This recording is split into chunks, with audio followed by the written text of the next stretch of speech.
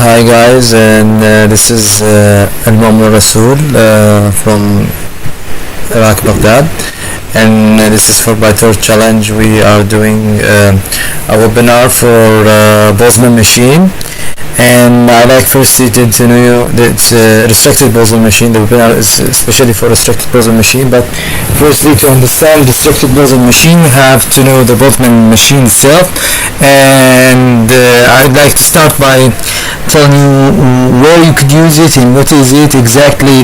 The Boltzmann machine is kind of unsupervised learning, and it could be used in recommendation systems and also anomaly detection, something like this. It have some share commands with autoencoders, but let's understand it firstly. If you've seen the picture in front of you, this slide or this picture is the Boltzmann machine. It's not the restricted one. It is the Boltzmann machine. So the Boltzmann machine here, what is it? If you see, firstly there is red node and blue node. This node represent the visible node, the blue one, while the red node is representing the hidden node. For us, this representation is just for us and to get a good vision or a clear vision on what we are studying. But for the machine or the system, all nodes are equal. There is a connection between all nodes. It is a bidirectional connection. Each node connected to each other's. Let's say everything connected to everything. The Boltzmann machine is a generative model. It's a generate data, and that's why you see a connection between each node. If you see there is a connection between the input node together, while we know in the input node some static data, that's data that you came across that from your data set and you want to train the model on it. On Boltzmann machine, the things are different. It first take a data, then it will generate and try to generate a data and to reach some kind of state. Actually, it's to try to find the possible status for the system. The Boltzmann itself is a term came from thermodynamics, and we will understand this and see its equation later. So just first to understand how it's learned and what it's in the nutshell, the Boltzmann machine. Let's see this example. It's example by Jeffrey Hinton. This nuclear planet. If you see, these are the sensors, or like the steam plane and turbine, the generator. There's a sensor on electricity, and there's a sensor for cold water and for pump and pressure and something like this. These sensors represent the data that we have, the data that we know, the thing that we think about. It's important that we use it to measure the thing, to measure everything around the nuclear planet. But actually there is thing that we did not consider, and let's say there is thing related to the weather, or something related to the soil in the water, or I don't know. There is a lot of possibilities. Now Boltzmann machines try to find every possible thing, let's say every possible state that could happen, and every possible correlation between things, and possible let's say possible scenarios and possible element that affect or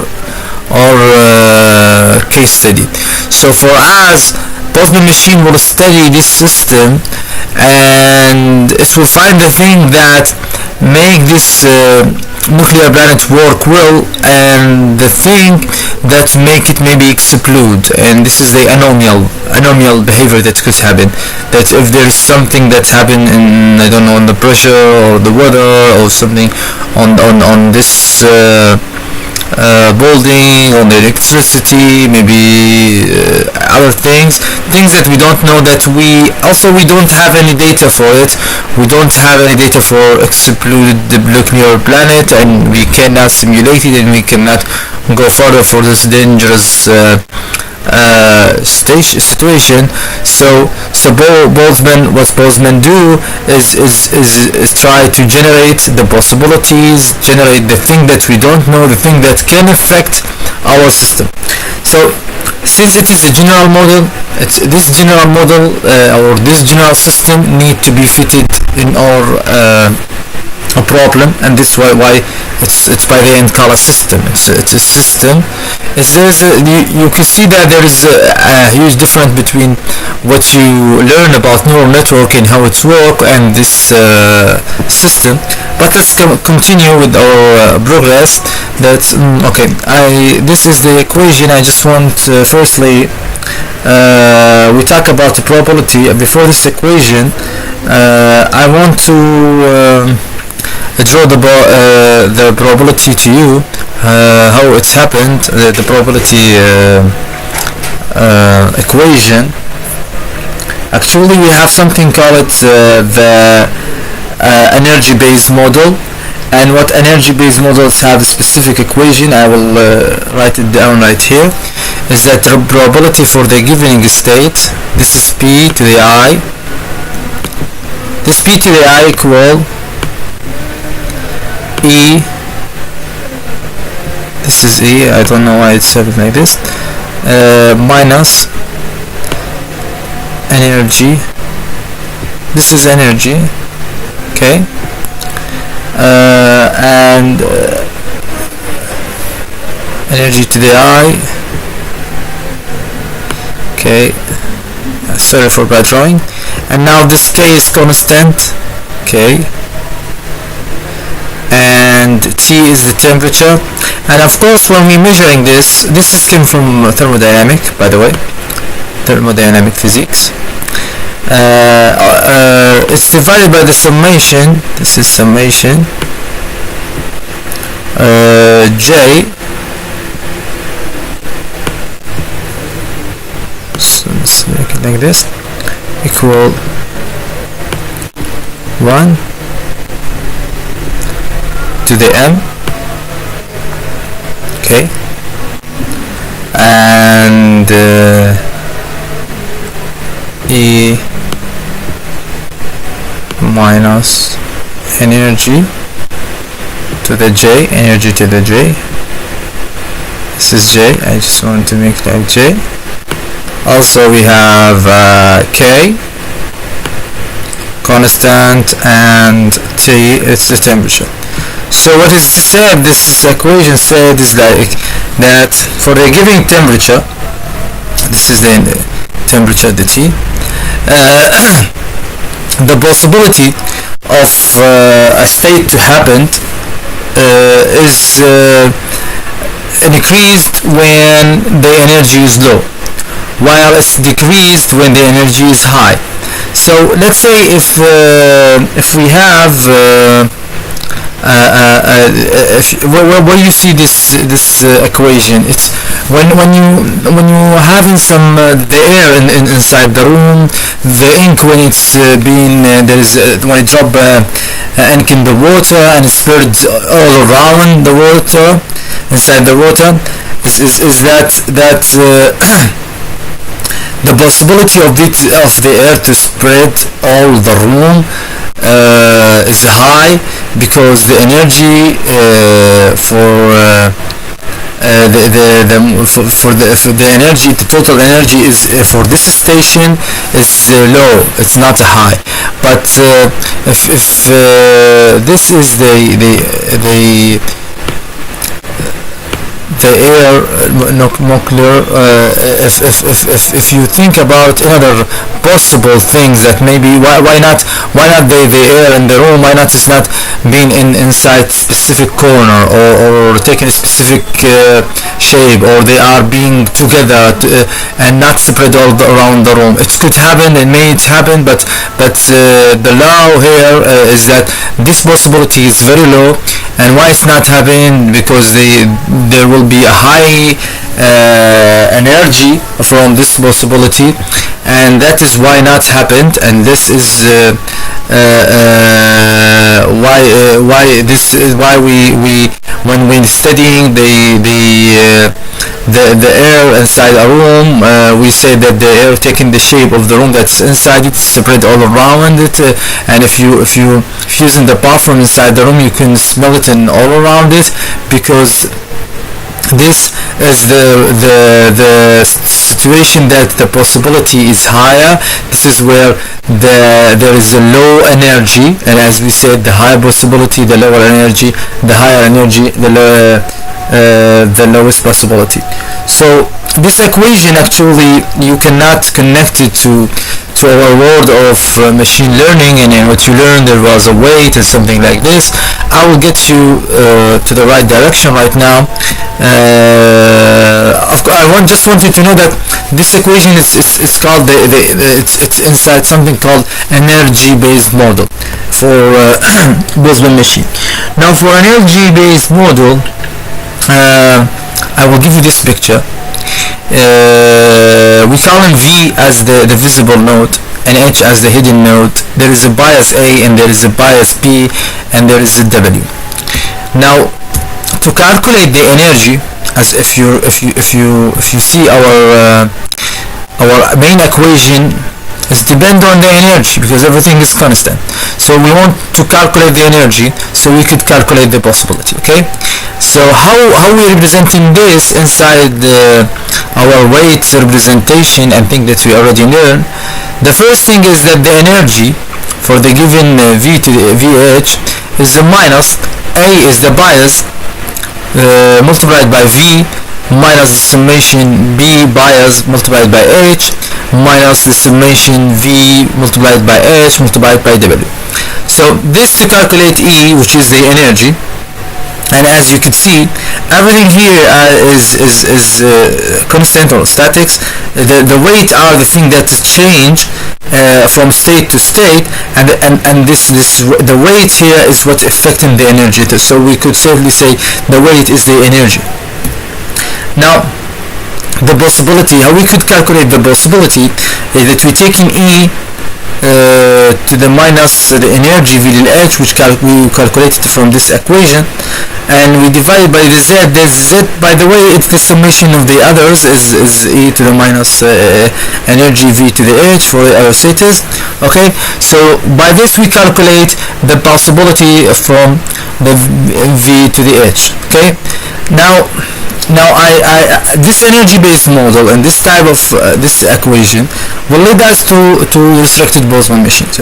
So firstly, we studied the Boltzmann machine itself. I want you to just focus on this image. You see everything is connected to everything, and there is intra connection. So between visible node there is a connections, and also between hidden nodes themselves there is a connections. All connection are bidirectional. Now this type is computationally inefficient, and it has to we need to use more efficient way to calculate and do calculations. So they came up with something called restricted Boltzmann machine. The restricted Boltzmann machine, or the restricted version, as you can see, this is the architecture of restricted Boltzmann machine. The main difference, if you look at this image and this image, you could know it, of course, if you focus in more. The main difference is there is no intra-connection. What I mean by intra-connection, there is no connection between visible nodes themselves, and there is no connection between hidden nodes themselves. So the only connection, which is bidirectional, are between the visible and hidden, visible and hidden, hidden and visible, something like this. So this is the difference. This is the difference between those restricted Boltzmann machine and the Boltzmann machine itself, the main one that we studied. This, how you could just imagine the difference between them. Now, if we want to study this, if you want to know how restricted Boltzmann machine work, how it's learned, and what it does. Okay, let's take this example. We said before that we could use restricted Boltzmann machine for building our recommendation systems. Okay, and it could be used for what we call the collaborative based flattering. In this example, in this image, I just want you to know that let's say you are the user that you like Lord of the Range, so you got 1 here. You dislike the Matrix, 0. You dislike Fight Club, 0. You like Harry Potter, 1. And you like Titanic, 0. And bam, this is, of course, the image is not for me. I does not prepare the good presentation for that. I just download some images to make the description more clear. So let's say this negative one for the habit is that we don't know if you like the habit or not, and my system wants to suggest it for you. So I want to know if you like it. I want to predict if you like the habit, I would suggest it for you. If you does not like it, I will not suggest it for you. I will not recommend it for you. So what's happened? Now when I enter this data, I just want you to remember that we said that it is a generative model and it will generate data, but right now for just to understand, I will shortcut the learning, and I just focus on what happened in very brief overview. So when I give the system your data, I tell that this the Lord of the Range is 1, but now the system, maybe the system, we call it system, the system found that we could the most efficient correlation that could determine your taste, your to give you a good recommendation for a movie for you is by using these three criteria: drama, fantasy, science fiction. Maybe there is different criteria. Maybe there is the director name, and maybe there is the release date or something like this. But right now, for this case, for this system, and for you, this is the most important thing that the system could judge what is your preferred movie, or if you would like the movie or not. So now when it came to Lord of the Range, it will say for drama 0, for fantasy 1, and for science fiction 1. That's not the science fiction, is 0. For Matrix, it will see that it is science fiction 0, 0. Fight Club, I don't see this movie, and so on. Now the Lord of the Range will activate this node, okay, and deactivate this booth. This one will deactivate and will activate this node. Now the activate node, the system will know which the correlated node that if activated, that you will like the movie, that you will highly like the movie. And by knowing the most important node for you as a user, for you, maybe for someone different, this activation are different. Now for you, he will know that the thing that you will like, and that you like the fantasy, you like the science fiction, you like the fantasy, it's not science fiction, you like the fantasy movies, so it will see the habit. If it is from this kind of thing that you will like, it will give you a recommendation for it, that you will like it or dislike it. So this is just a brief, but how it's learned these things and what's happened behind all of these. We will start by something called GABS, sampling and translated divergence. Okay, so if you remember, the V is your first input, is V0. Now V0 right now is represent your input data, the data set you already have. So this is the input. Now this will be entered to the hidden node. The weight is the static, there is no update to the weight. Now the hidden node will generate a new visible nodes, okay, a new input. This new input will be used to generate a new hidden, and the new hidden will generate a new input. This iteration will continue until we have some output, let's say some visible that is equal to the first visible node. So try to recreate your input data with its own generated state, that it will try to make the best state that could generate or recreate your input. So this generation, this state is the best representation for you as a person. So it will know what things that will affect your decision or judgment for the movie that you like, the thing that it could be used for suggesting a good movie for you. Now what's happening this is that